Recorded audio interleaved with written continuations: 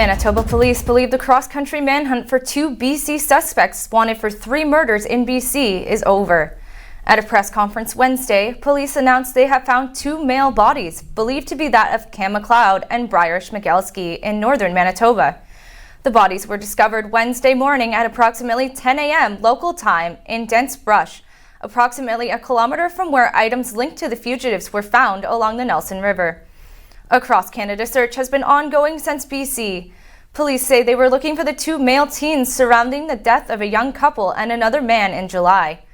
RCMP and OPP took numerous tips from the public, leading to many rumors spreading about where the 2 men were located. One rumor had them both seen in Kapuskasing, Ontario, and closer to home when it was reported they were both seen in Bruce Mines. An autopsy will take place in Winnipeg to confirm the identities and determine the cause of death, the top Mountie in Manitoba said. Prime Minister Justin Trudeau visited the Royal St. John's Regatta, an annual sporting event in the Newfoundland and Labrador capital, for selfies and handshakes on Wednesday. Trudeau did not take media questions during his 2-day visit to the city, but delivered a speech to a firefighter conference before meeting with NL Premier Dwight Ball and stopping by the regatta.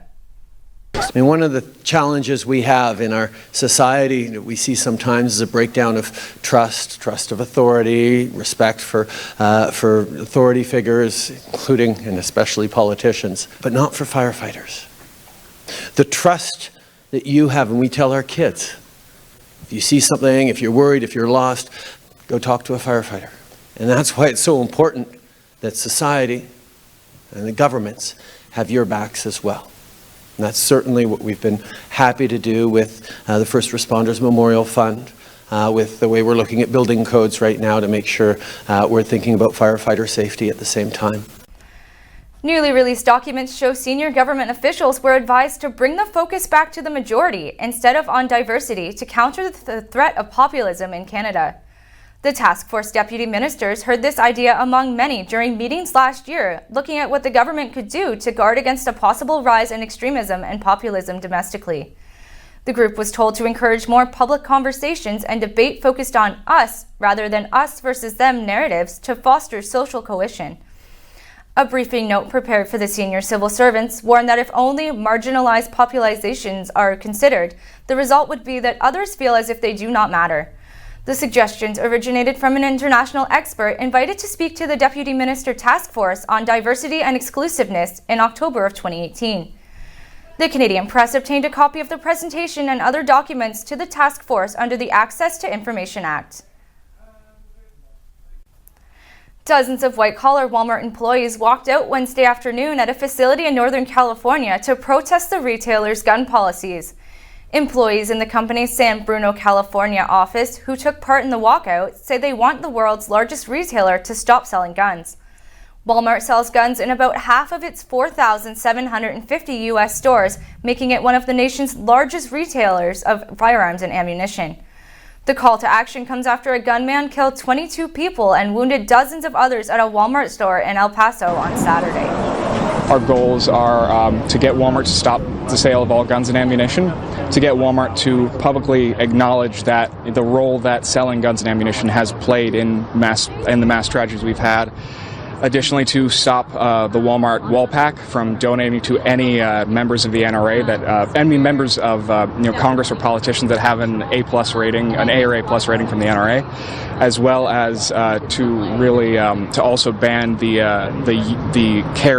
open or concealed carry of weapons in Walmart stores or on Walmart property. We're simply tired of living in a country where we're fearing for our lives. It truly breaks my heart that people are walking into stores of ours and they're afraid. People, in El Paso have said that they will not return to that store ever again, and that is heartbreaking. And I believe that if in an ideal world the government would hopefully be taking care of this, but we're using the power we have within the company we're in to try to make a noticeable difference in the world. Because I think a lot of people say, oh, well, we have our jobs are great, and I genuinely enjoy my job, but I think realizing that a company is not only the leadership, but everyone who makes it up, we no longer want to be complicit. Hundreds sang, chanted, and toted signs at a rally in El Paso, Texas on Wednesday to protest white supremacy, demand gun control, and make it clear that they were not pleased President Donald Trump was in town. The Republican president and First Lady Melania Trump visited with survivors of the weekend shooting that killed 22 people at a Walmart store. 'Cause we are family, we're all sisters and brothers. We live in a country where we have a president who demonizes communities like this one, who vilifies immigrants, who says that those from Mexico are rapists and criminals, and warns of invasions and infestations.